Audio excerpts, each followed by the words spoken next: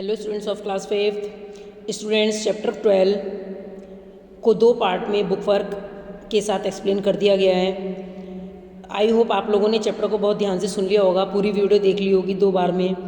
तो चलिए बच्चों, अब हम इसका कॉपी वर्क देखते हैं। जिन बच्चों ने कॉपी वर्क किया हुआ है वो मिला लेंगे, और जिन्होंने किया हुआ नहीं है वो बच्चे वर्क को करेंगे, वीडियो को ध्यान से सुनेंगे। ओके स्टूडेंट्स, तो चलिए देखते हैं। सबसे पहले यहाँ पर आ जाएंगे। ये चैप्टर का नेम है द एनलाइटेड बचर। ये मैंने आपको जब चैप्टर पढ़ाया था तो बताया था, ये स्टोरी महाभारत से ली गई है। इसमें सबसे पहले हम डिफ़िकल्ट वर्ड्स को देखते हैं। Number 1 spiritual, number 2 dedicate, number 3 vain, number 4 mystical, number 5 sage, number 6 pious, number 7 virtue, number 8 enlightened और नंबर 9 थ्राइव। ये 9 डिफ़िकल्ट वर्ड्स हैं बच्चों, ये आपको कॉपी में लिखने हैं। इसके बाद सेकंड पार्ट देखते हैं वर्ड मीनिंग को। ठीक है बच्चों, आपको हिंदी मीनिंग भी लर्न करने हैं। ठीक है, इंग्लिश मीनिंग के संग इंग्लिश मीनिंग तो आप करते ही हैं, आपको हिंदी मीनिंग भी लर्न करने हैं। ठीक है, तो चलिए नंबर 1 स्पिरिचुअल। स्पिरिचुअल बोलते हैं बच्चों रिलीजियस बिलीफ को, धार्मिक विश्वास। ठीक है, नंबर 2 वेन। वेन बोलते हैं बच्चों यूजलेस को, जो चीज़ बेकार हो जाती है, व्यर्थ, no use. Number 3 mystical. Mystical होता है बच्चों अननोन और अनएक्सप्लेनेबल, जिस बात को एक्सप्लेन ना किया जाए, जो रहस्यपूर्ण बात हो। ठीक है, इसके बाद नंबर 4 गेज। गेज बोलते हैं बिल्कुल घूरना, एक टकटकी लगा कर देखना। ठीक है, तो इसका इंग्लिश मीनिंग होता है स्टेयर। नाउ नंबर 5 पायस। पायस होता है रिलीजियस एंड प्योर, बिल्कुल पवित्र। Number 6 virtue. वर्च्यू मतलब होता है बच्चों practising high moral standards, means गुण।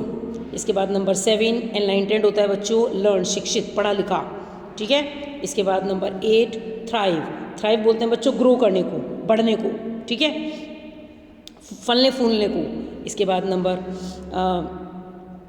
9 चोर्स। चोर्स होता है बच्चों ए रूटीन टास्क, घरेलू कामकाज करना। ठीक है, इसके बाद नंबर 10 है आपका इंडेप्टेड टू ओ, मीन्स ऋणी। और उसके बाद नंबर 11 है आपका मोरली रॉन्ग, पापी, बिल्कुल गलत। ठीक है, इसके बाद आ जाइए नेक्स्ट पेज पर। नेक्स्ट पेज पर देखेंगे बच्चों, यहाँ आ जाइए। Answer the following questions in short. देखिए, व्हाट लेसन ऑफ धर्म डिड धर्मव्यद टीच टू कौशिक। धर्मव्यद ने धर्म का कौन सा पाठ कौशिक को सिखा दिया था। कौशिक उस लेडी के कहने पर धर्मव्यद के पास गया था, और धर्मव्यद से उसको क्या पाठ सीखने को मिला, ये इस वाले क्वेश्चन में पूछा गया है। देखते हैं आंसर। धर्मव्यद टॉट, धर्मव्यद ने उसे सिखाया, बताया। कौशिक, किसको, कौशिक को, that spiritual enlightenment is useless, कि आध्यात्मिक ज्ञान बिल्कुल बेकार है, बिल्कुल यूजलेस है। इफ़ वन नेग्लेक्ट्स वन ड्यूटीज़ और धर्म, अगर कोई भी अपनी ड्यूटी को, अपने कर्तव्यों को या अपने धर्म को ध्यान ना दे। ठीक है, जैसे कि उसने क्या किया था, कौशिक ने अपने बूढ़े माता पिता को छोड़ के उस ओल्ड एज में और ट्रू लाइफ का पता लगाने के लिए निकल गया था। लेकिन ये बात बिल्कुल गलत है कि बूढ़े माता पिता की वो अकेली संतान थी, अकेला बेटा था, और वो इस तरीके से उनको इस ओल्ड एज में छोड़ के चला गया था। ठीक है, तो धर्मव्यद ने उसको इस चीज़ का पाठ पढ़ा दिया था। इसके बाद question number 2, why did Kaushik leave his house. Kaushik ने घर क्यों छोड़ दिया था। आपने स्टोरी में पढ़ा कि कौशिक ने सच का पता लगाने के लिए, सच्चाई क्या है इसका पता लगाने के लिए घर को छोड़ दिया था। Kaushik left his house in order to seek the truth. ठीक है, नेक्स्ट क्वेश्चन है, वेरी शॉर्ट में देखेंगे। अब यहाँ पर आ जाइए। हु वॉज कौशिक, कौशिक कौन था। आपने पढ़ा कि Kaushik was a boy, Kaushik एक लड़का था, who wish to seek the truth of life, जो कि जीवन की सच्चाई का पता लगाना चाहता था। और वो कौन था, वो अकेला बच्चा था, ओनली चाइल्ड, अकेला बच्चा था वो अपने माता पिता का।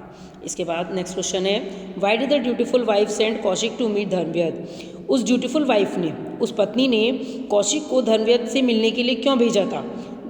ये भी आपको पता है,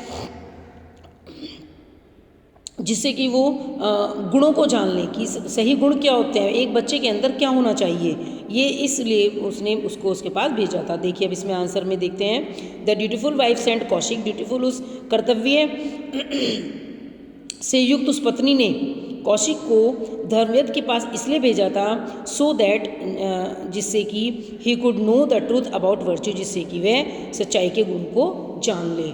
इसके बाद नेक्स्ट क्वेश्चन पे चलेंगे।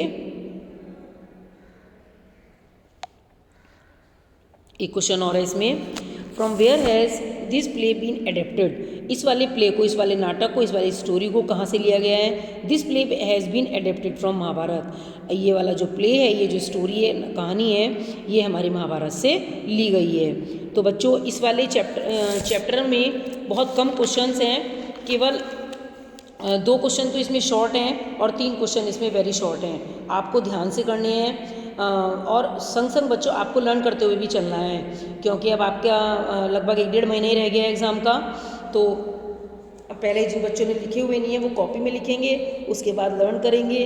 ओके स्टूडेंट्स, और वीडियो को 2-2, 3-3 बार ध्यान से सुनेंगे कि क्वेश्चन में क्या पूछा गया है, आंसर में क्या बताया गया है, हमें किस तरीके से लिखना है। स्पेलिंग्स को बिल्कुल सही देख देख के लिखेंगे और एग्ज़ाम के लिए स्पेलिंग को अच्छे से लर्न भी करेंगे। ठीक है बच्चों, तो thank you and have a good day.